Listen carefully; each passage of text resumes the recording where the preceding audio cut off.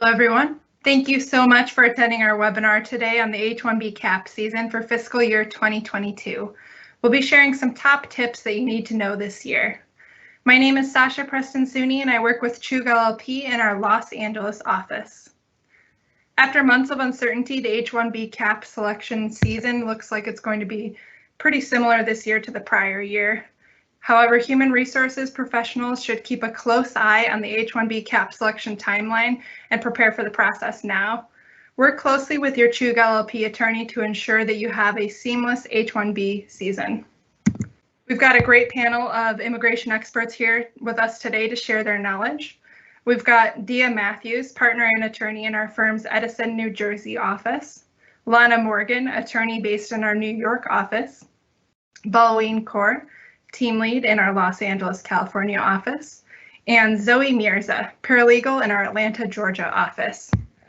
If you have any questions during the presentation today, please feel free to enter them into the Q&A chat box at any time, and we will answer them at the end of our presentation. All right, let's get started. Zoe, could you give us an overview of the H-1B Cap registration process this time around? Hello, everybody. Yes, Sasha, sure.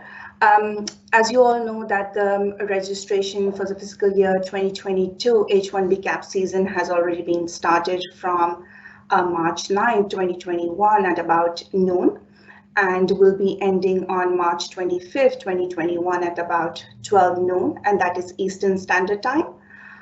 Employers who have already set up an account last year with my USCIS don't have to register again as an account. They can use the same account, but just verify that you remember your passport, the passwords for the registrations. The registration must be received by USCIS by March 25th to be entered in the fiscal year 2022 for the H-1B Cap lottery. Instead of submitting the fully prepared H-1B Cap petitions, once the lottery opens in the year past, companies instead have to electronically register with the $10 registration fee. That's about it. Under the new registration process, employers submit basic information about their company organization and each requested worker during the initial registration period. So they don't need to submit any detailed information about the organization or for the applicant. USCIS will conduct the lottery to select the 65,000 beneficiaries for the year's cap, and sponsoring employers will be notified electronically. So they're going to get an email for that. Following the lottery, employers will have about 90 days to prepare and submit the H-1B petitions for the employees. Have your HR management team perform employee onboard procedures for the H-1B registration, so you are well prepared for the filing. Back to you, Sasha. How about the lottery selection process? What should petitioners expect this year, Zoe? So USCIS will be conducting two randomized H-1B lottery between March 25th, 2021 at about 12 noon until March 31st, 2021. The first lottery will be including all registered prospective H-1B beneficiaries. USCIS will select enough registrants to fill the 65,000 slots for a regular H-1B cap. Next, what USCIS is going to do is going to be conducting a second lottery for only registered H-1B beneficiaries who have advanced degrees who were not selected during the first round. The agency will select enough registrants to fill that the 20,000 space. Again, what USCIS is going to be doing is drawing order giving individuals with a US master's degrees or even higher chances of being selected. To qualify, the beneficiary must earn his or her master's degree by the time that H-1B Cap petition is filed. This allows, so basically, if you don't have a master's degree while registering now, but you're going to be graduate by mid-June 2021, you can still register under the master's cap. Back to you, Sasha. So Lana, the lottery results will be announced soon. What are some of the different statuses that employers may receive for their beneficiaries? Thank you, Sasha. So as you mentioned, it is going to be soon. It is by March 31st, 2021 that USCIS will notify all the employers and their immigration counsel of the lottery results. The agency will send notifications via email to the employer's authorized signatory and to their immigration counsel for each CAP registration. Your authorized signatory or your CHAG-LLP representative can access their MyUSCIS account to view each beneficiary status.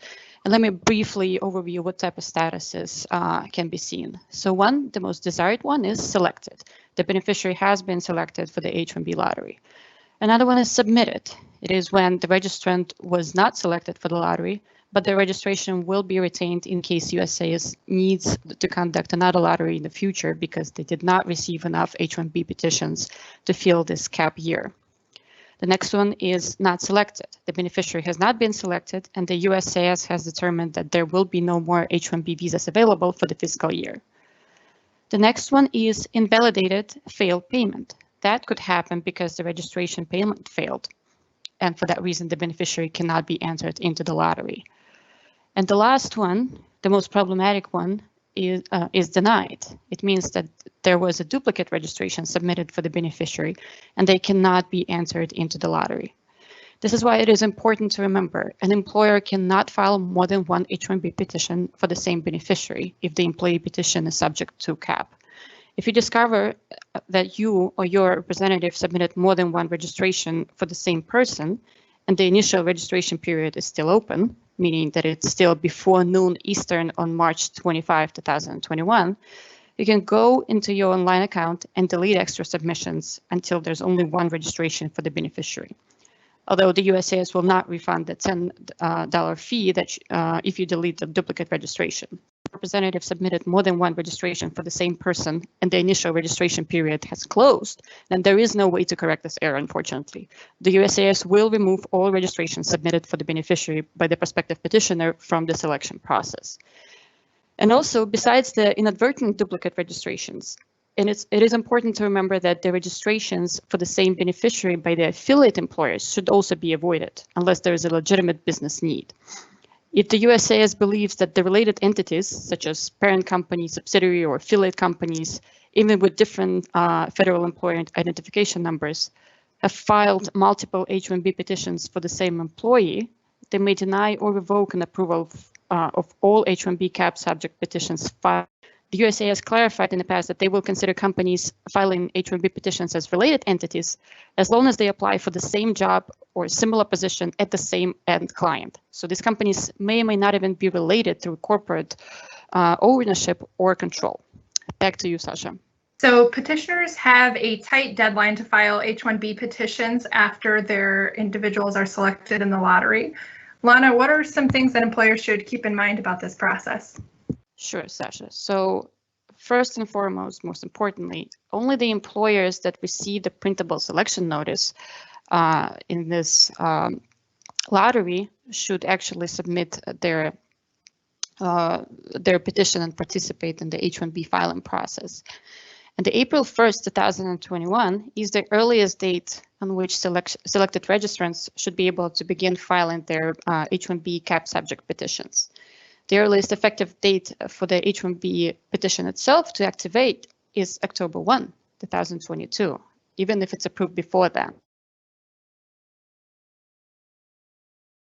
22 H-1B petitions must be filed within a 90 days period indicated in the selection notice. It is very important because any late filings will not be accepted, doesn't matter what the reason will be.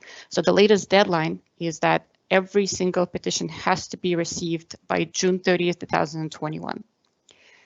Another important thing to note is that the H-1B cap subject petitions should be filed to the address that is indicated on the selection notice for the selected registrants, and they should also include the selection notice in the petition. This address may be different from what is listed on the USCIS website, but the selection notice should govern.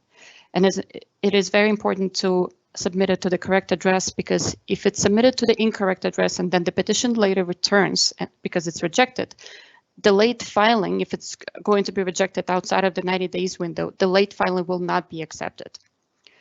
The USCIS has not yet confirmed whether the premium processing will be available this year, but if it will be, then generally it will allow for the employment-based petitions to be expedited generally within 15 business days. It used to be calendar, but they have changed it recently to business days, so we have to account for the holidays and for the weekends. Lastly, while the USCIS may actually reopen some of the denied incident memos, which is good news, the bad news is that there's always a possibility for the requests for evidence, the RFE notices. They're still being issued. According to the latest data from the USCIS, about 35% of all H-1B petitions received the request for evidence. Sometimes even those that were very substantial and had no gray areas in them. So no matter how hard we try, sometimes we still get an RFE, so we just have to be ready for it. Over to you, Sasha. One of the most important aspects of the H-1B petition is being able to prove that the role is indeed a specialty occupation. Vinny, or Boeing, I'm sorry, what exactly does that entail? Thank you. Thank you everybody for joining. Yes, you are right. It's one of the most important aspects because we have to make sure that the position actually qualifies as a specialty under specialty occupation.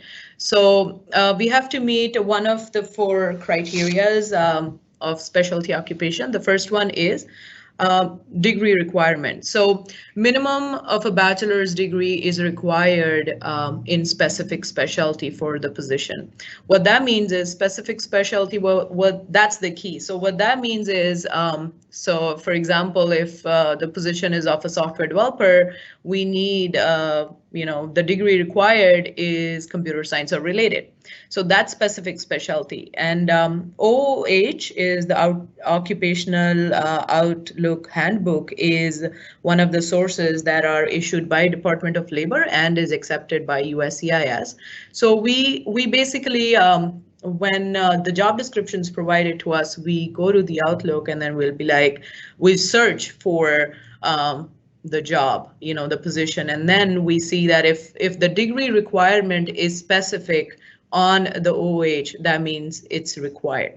So that's the first one, the bachelor's degree requirement in a specific specialty. That's the first and the foremost. The second one is the degree requirement is common to the industry. What that means is the entire industry actually requires, so most of the industry, I would not say the entire industry, but most of the industry requires, the companies in the same industry will require, their software developers to have a computer science or related degree. So that's the industry requirement. How we can show that is, we go to the job search websites and then we can actually print out the job postings posted by the companies in the similar occupation. So we have to make sure that it's the same industry. We can't, that's the key. And then of course we provide industry letters. Some companies they do provide us letters that shows that that this particular position will require their employees, or they will hire people with this particular kind of degree. So that's the second one. First one is, of course, a bachelor's degree requirement in the specific specialty. Second is degree is required by the industry. And then the third one is the employer normally requires a degree. So that's also one of the important, aspects is the employer itself, the petitioner who's actually filing the H-1B petition requires their, employees to have a minimum of a bachelor's degree.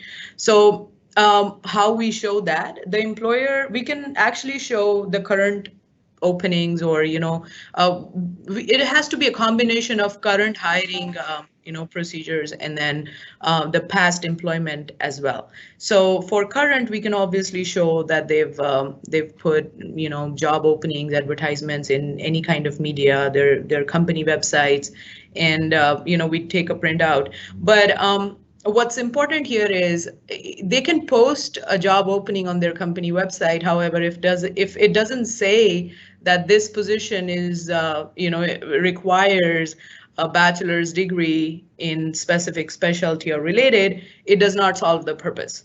So any kind of advertisement we are providing could be from the industry or the employer. We have to make sure the actual job description asks for a degree, in a specific specialty. So a job opening for a software engineer, again, an example, or an accountant will say, we require a bachelor's degree in accountancy or related. So that's beneficial. The other thing we can show is that the employers not only hires people, not only has current job openings, but always hired. Like we have to show past employment practice as well. Like they've always hired people. It's a routine for them to hire people who have a bachelor's degree, a 4-year bachelor's degree. So for that, we actually show that the employer, if the employer has a lot of employees, then of course it's a benefit, because then we can provide, at least 5, 6, 7, 10 maybe employees. We'll provide copies of their degrees. We'll provide pay stubs to show that they're employed or they were employed. So those employees don't have to be currently employed by the employer. It's a past employment practice. So they can show that they've hired people in the past as well. And some employers are not comfortable sharing the pay stubs of the beneficiaries. So we will ask for an employment verification letter, and we'll have to, the thing is we have to show is the position, the degree, and then the employment verification letter if they're not willing to provide a pay stub. And then if those employees, who were hired in the past are on H-1B, it's better. Then we provide the copy of the LCA, and then we'll provide the H-1B approvals that shows that the USCIS has already approved these people, and then they have a related degree in the same or a similar kind of position. So that's the third one.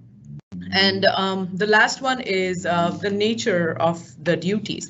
That's very, very important too, because the nature of the position, it basically means that the nature of the job description is so specific, is so complex, that somebody who has a degree, you require a degree to actually fulfill the job. So it's going to be tough for somebody who does not have a bachelor's degree in the same field related to the job. They won't be able to provide, they won't be able to provide justice to the job. So that's what it means. We tell our clients to be, very, very careful when they provide job descriptions, especially because their job description cannot be vague. If with the first 5 bullet points we can't tell what the job is all about, there's something wrong with it. So think about it like that. We have to be basically, if we have to portray the perfect picture of what exactly the person is going to do.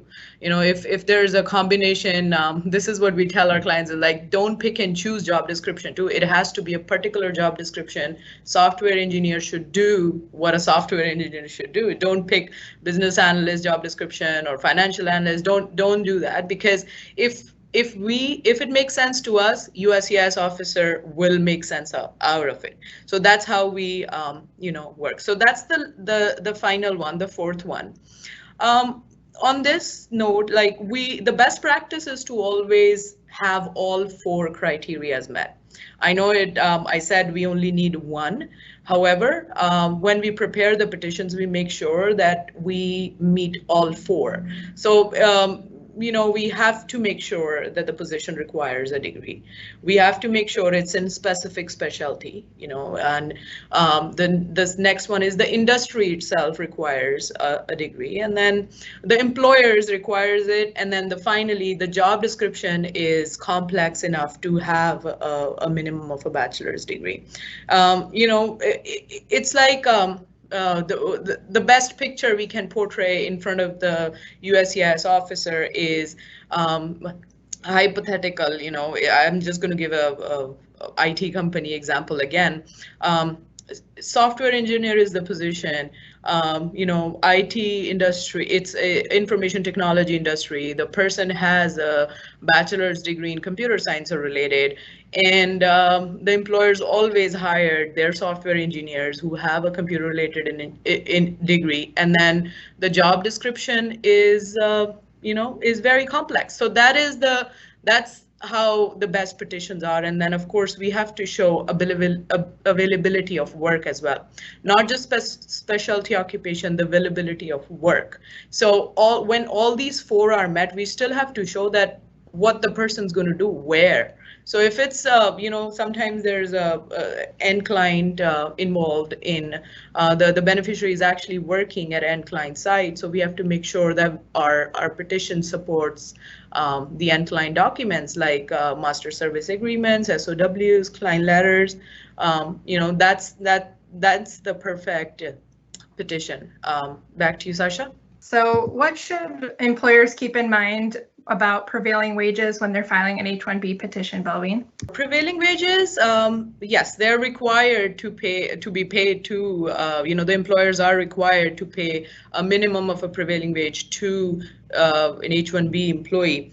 It's actually, prevailing wage is the amount paid to most of the workers with the geographic area and the occupation type. So where the person is, work location, job description, the SOC code, and then the level that the person is based on experience, we file an LCA with Department of Labor, and then the minimum salary, the minimum is the actual prevailing wage. So to answer your question, yes, the employers have to make sure that they pay the prevailing wage to the H-1B employees. Back to you, Sasha. So the labor condition application, or LCA, is a super important part of the H-1B sponsorship process. Dia, what are some important things to remember about LCAs? Right. So any employer that wants to file an H-1B petition to sponsor a non-immigrant worker has to complete a labor condition application, also known as the LCA, which is submitted to the Department of Labor. And the LCA has to be approved, has to be certified before we can file the H-1B petition. Keep in mind that the LCA serves as a sort of contract between the employer and the Department of Labor regarding the terms of employment of the H-1B worker. So it should be taken seriously. As I said, the LCA must be certified before you file the H-1B petition. The LCA can be filed up to 6 months in advance of the start date on the petition. So that's why with the October 1 start date, it lets you file the LCA sometime in March, 180 days before. Now the start date on the LCA could vary depending on the cycle that you fall into. But for a cap case, the start date that you list on the I-129 petition has to be October 1. Even in some cases, when you end up filing the petition after October 1, you still have to put the start date on the form as October 1. This seems to be a sacrosanct rule followed by the USCIS, as many of us found out in the last cap round. The LCA is, after it's filed by the employer, it is reviewed and certified by the Department of Labor. They usually process the LCA within 7 working days. If there's no errors, or if there's no obvious errors or inaccuracies, they will certify it, and then you can utilize it. There are 4 main items that an employer will attest to in the LCA,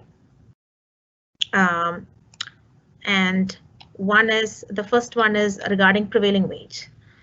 The employer must attest that they will pay the H-1B worker the prevailing wage, as Belveen spoke about earlier. The employer must attest to there not being any adverse impact to existing employees. The employer must attest that there are no labor disputes going on, such as strikes, lockouts, or work stoppages in the workplace. And last, the employer must also attest that all current employees have been notified of the employer's intent to hire this foreign worker, and that was not done in secret. So this is normally achieved by the physical posting of the LCA at the work site, and that's why when it comes to the public access file, there is so much emphasis on making sure that the LCA is actually posted, and you get a posting confirmation if there's going to be a third-party worksite, etc. Workplaces that are working remotely during the pandemic have some flexibility. You can post it electronically. And during the pandemic, the Department of Labor has also allowed a temporary relaxation of up to 30 days for posting the LCA. Otherwise, the rule normally, as many of you know, is that the LCA has to be posted on the date that you file the LCA, or 10 days prior to that. Back to you, Sasha. So H-1B filing fees can change from year to year. What are the fees due for fiscal year 2022, Dia? Yeah, so fortunately, not too many changes. As you know, we had the proposed fee hike, which was finally stopped as a result of the lawsuit. So really, the fees continue to be the same, except that there has been an increase in the premium processing fee, which has gone up from $1,440 to the current fee, which is $2,500. But otherwise, the fees remain the same. A little more in detail, the cost of registration, the H-1B registration process itself will cost the employer $10 per application, which presents a major cost savings from the old system. And in general, as many of you know, the employer must pay for the H-1B filing fees. It cannot be passed on to the beneficiary or the employee, except for premium processing, which if it is at the request of the employee, then the employee can pay for the premium processing fee, and the employee can also pay the cost of the visa processing at the consulate. But otherwise, all H-1B filing fees, etc., have to be paid for by the employer. There is a public law fee, which is applicable to employers with more than 50 employees in the US and with more than half their workforce in the US in H or L status. So we call them the 50-50 employers, and they have to pay the public law fee of $4,000 for every new H-1B case, not applicable for extensions and amendments. Then the basic filing fee is $460. This is applicable for all H-1B petitions, transfers, refilings, amendments, renewals, all of that.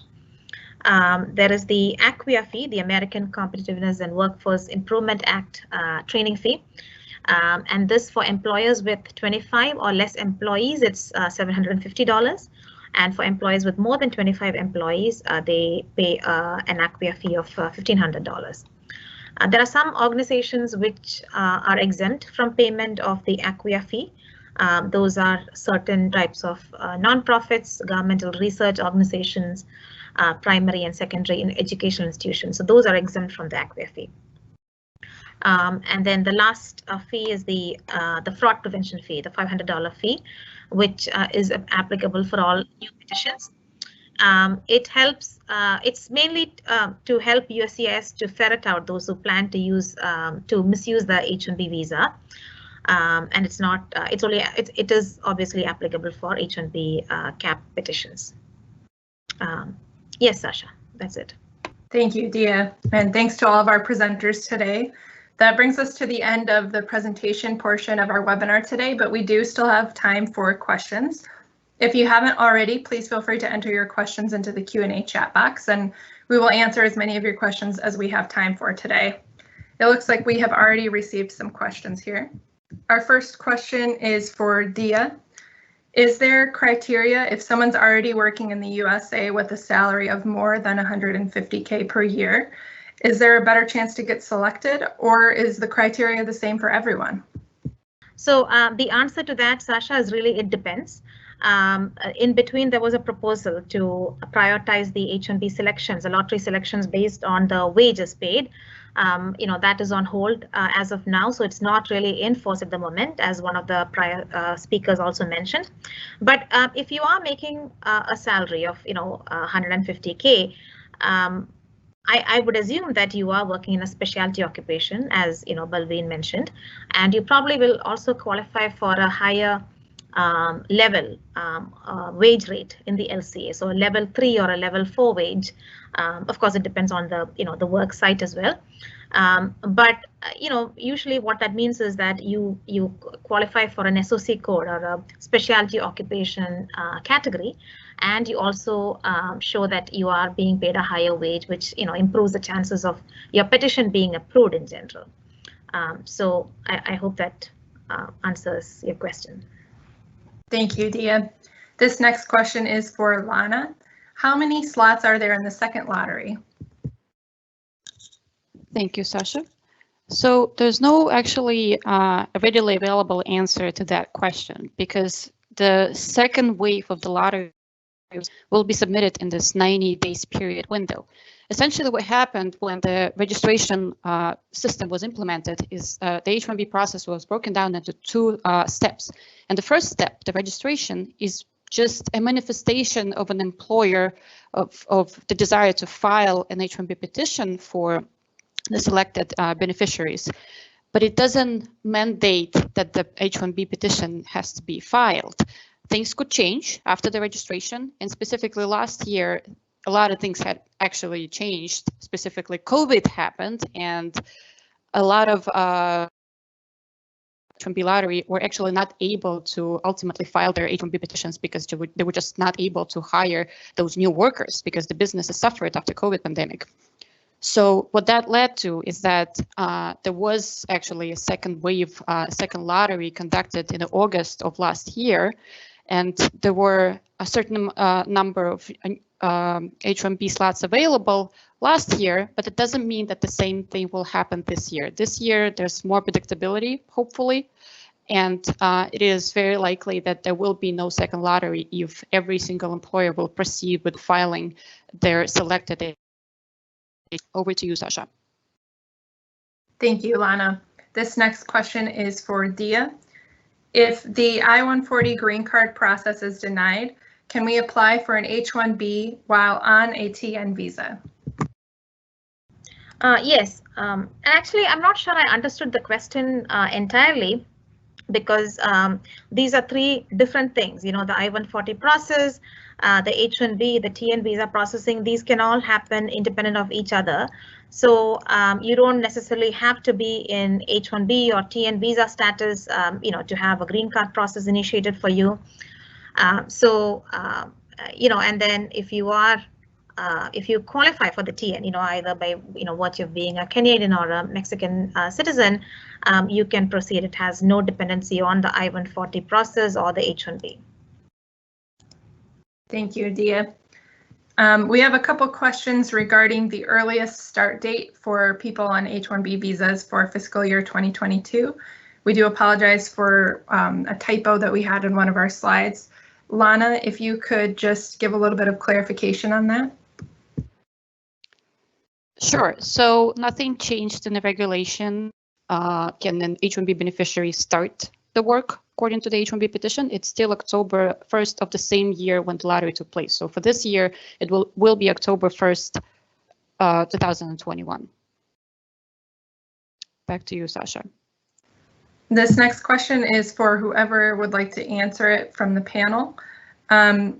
They are wondering, normally, how many applicants apply for the H-1B lottery, and are the full number of beneficiaries normally selected?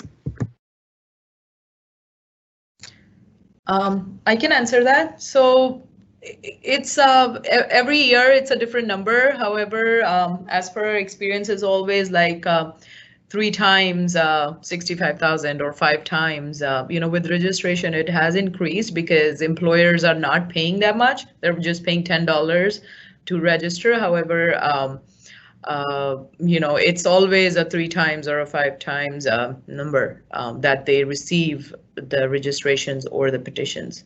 So, but yes, I would say every 1 out of like 3 applications is, our clients do hit the lottery a lot too. So yeah, every 1 out of 3 petitions will make the lottery, or 5, but depending on if with the registrations, the number has gone up. So it could be 1 out of 5 or 1 out of 3, depending on, what number of registrations they get this year.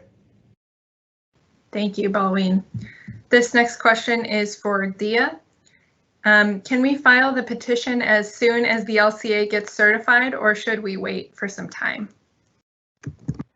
Yes, you can file the petition. I think you can file the petition as soon as the LCA is certified. I think what the the person meant is, does the posting, the 10-day posting, have to be completed? The 10-day posting must be completed before the employee actually starts working at that particular work site. And one would assume normally that the posting has already started by the time the LCA is filed, or before the LCA is filed. So those can happen in parallel. Back to you. Thank you, Dia. This next question is for you as well. If employees are not selected in the lottery, can they try the lottery again next year in their home country? Of course. They don't have to be in the US to be entered into the lottery. Thank you, Dia. We still have a remainder of time to answer your questions, so please feel free to enter them into the Q&A chat box if you haven't already. We have a few more questions here for our panelists. This next question is for Zoe. If my petition is picked up in the lottery, or I'm sorry, if my registration is picked up in the lottery, when can I file my petition with USCIS? So for the petitions that are selected, you will have 90 days within which the petition has to be filed. The selection notice itself will specify the 90-day period, and the petition has to be filed within that. Thank you, Dia. This next question is for Balween. What if a beneficiary's degree does not relate to the position being sponsored? Yeah, Sasha, sure. So if the degree is not related to the position, then we would need 3 years of experience that can actually change his major. So we recommend, to get an expert opinion where the professor actually, based on the experience, 3 years, they'll give us an expert opinion that will give him an equivalency in the major that's in the specific specialty that we are asking. Also, I want to point this out that 3 years we need if the bachelor's degree is a 4-year degree. If the bachelor's degree is a 3-year degree, then we need 6 years of experience to get it evaluated. So, first 3 years will be going towards 1 year of academic, and then it's going to be 4-year degree, and then 3 years will change, give him the specific specialty. Thank you, Balween. This next question is for Dia. Is 60 to 70 miles commuting permissible for work from the filing location? Do we need to just file an LCA and not file an amendment? Oh yeah, we get this a lot. So, the rule in general is that the LCA will hold good. The LCA that you already filed with your petition will hold good for that area of internet employment, and that area is defined as the entire area within a 60 to 70 mile commuting distance. So it's actually not defined as such, it just says commuting distance. And then you could also look at the MSA, which is the Metropolitan Statistical Area. So there's, a little bit of guidance on it.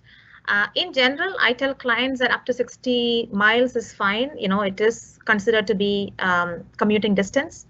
It also depends on where you are, like some states, for example, Texas, like 16 miles is very common. People commute all the time.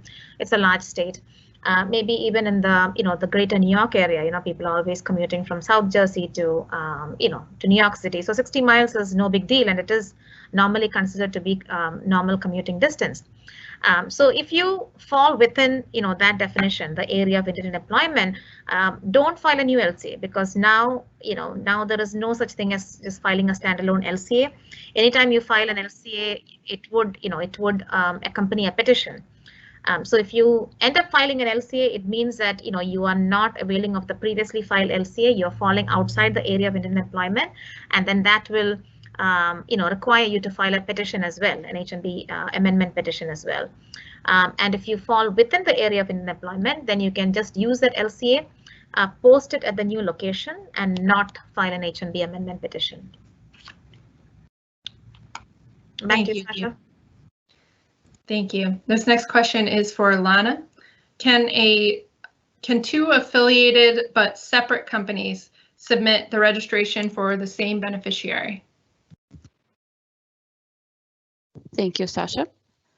So this is also a question that is often gets confused.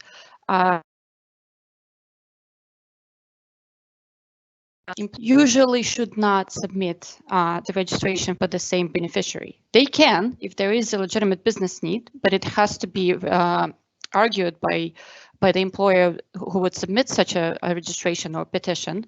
But generally, we just advise against it because it is up to USCIS's discretion to see how the entities are related, if there's any familial ties, if there's any proximity of locations, leadership structure, employment history, and so on and so forth. So it is not advisable to submit the registration for the same beneficiary, but by two related employers. Over to you, Sasha. Thank you, Lana. We received another question for Dia. I think this person meant their prevailing wage was approved for a green card. Can they use the same prevailing wage for an H-1B? This is for Dia. Yes. The prevailing wage, yeah, actually when you file the prevailing wage application, there is a field at the top. It specifies H1B or perm or whatever. And if the question, as I understood it, if they're asking, can you use the same PWD for different, the PWD that you got for a green card, whether you can use that for an H1B? Yes, the answer is yes. You actually don't need a PWD determination before you file an H1B petition. But of course, the advantage is that there is a safe harbor. If you first file the prevailing wage determination request and then use that wage on the LCA, then there is a certain safe harbor. But these days the prevailing wages take about, I don't know what, 5 to 6 months, right? So it's not very common to get the PWD before you file the H1B. But it is a good practice nonetheless. Thank you, Dia. This next question is for Zoe. As an employer, do I need to register for an account on myuscis.com?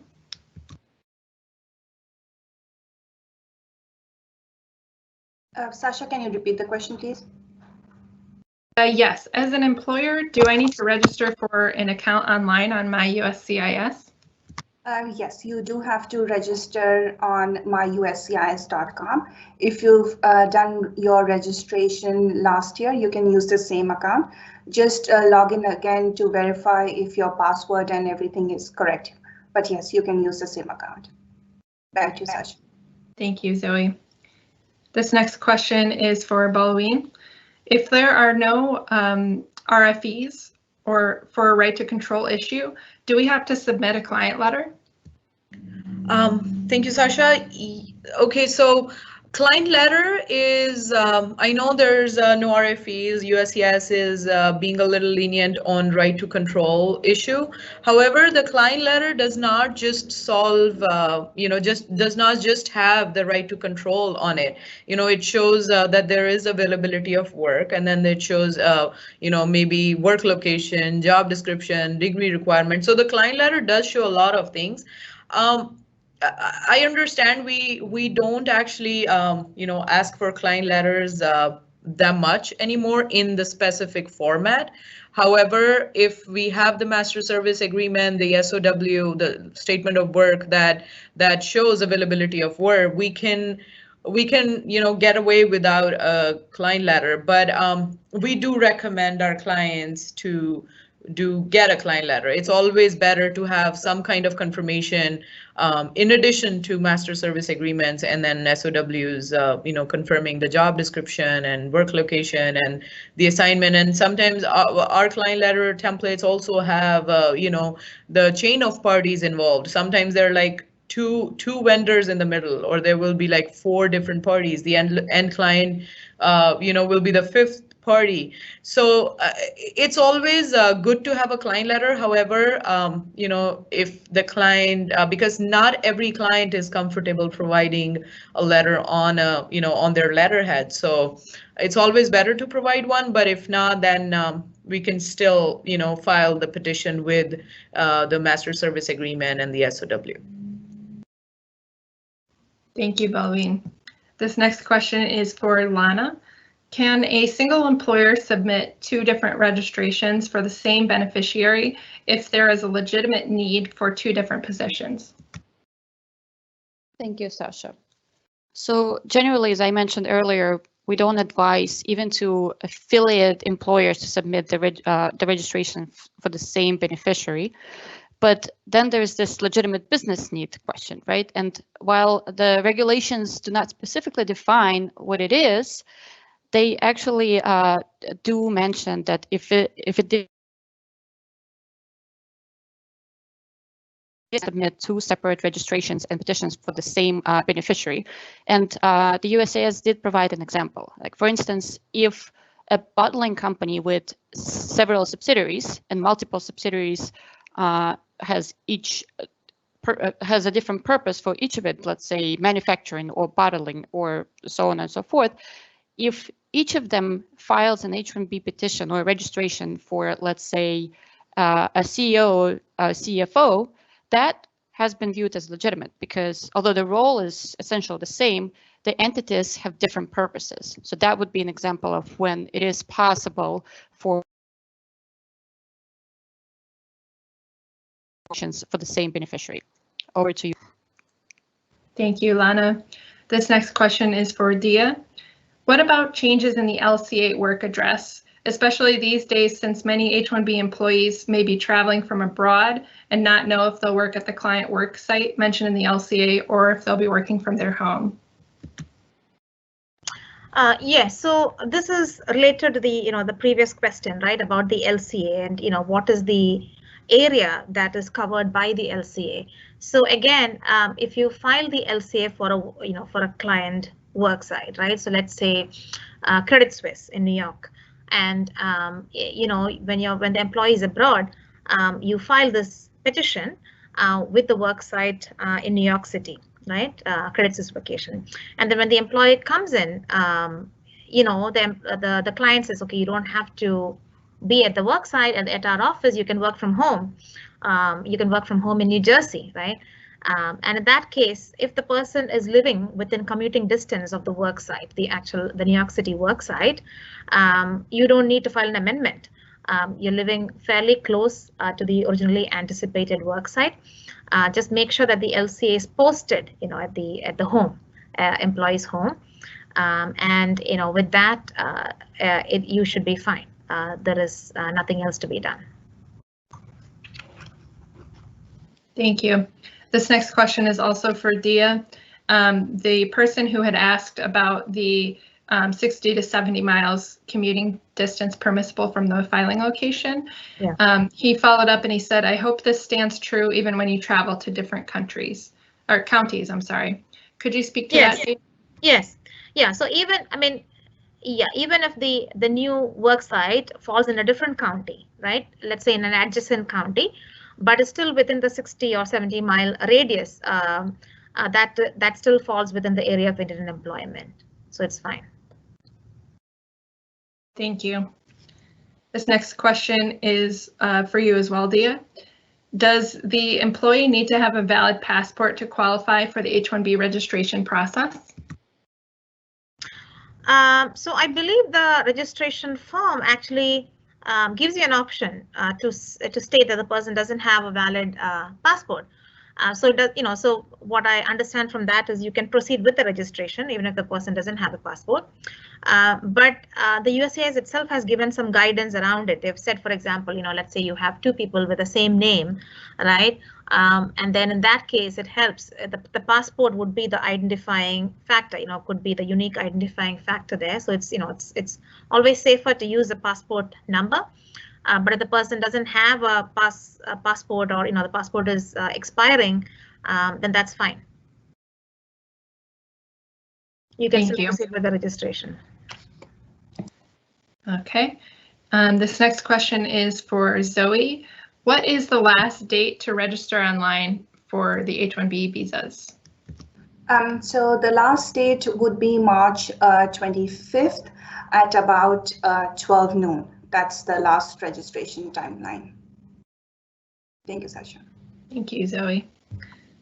And a reminder, if you haven't submitted any questions yet into the Q&A chat box, we still have a few minutes left. Please feel free to enter your questions in and we'll answer as many as we have time for. This next question is for Dia.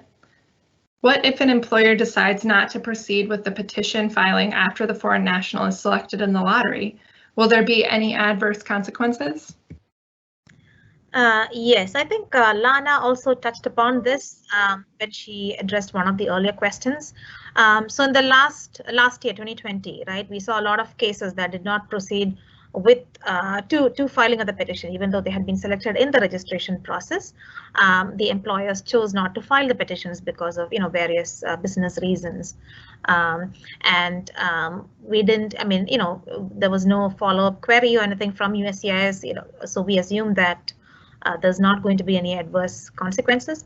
And in fact, the whole purpose of the second round of selections, right, that was because there were many cases that didn't end up getting filed. So I think USCIS understands that that possibility is always there, that somebody might get selected and they might not file.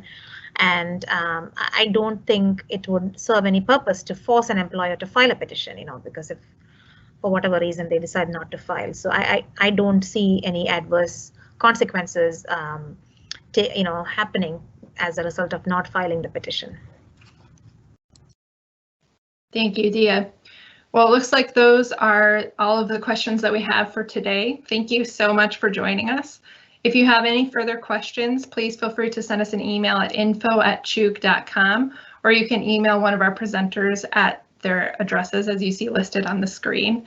We have live webinars every month on various legal and tax issues that can help you get through the COVID-19 pandemic. Please visit our website at chug.com, that's chugh.com, to view future webinars and register for an upcoming event. We also recommend subscribing to our YouTube channel, that's Chug LLP, for great new business content every week. Thank you so much for joining our webinar today, and we wish you a safe and happy week ahead.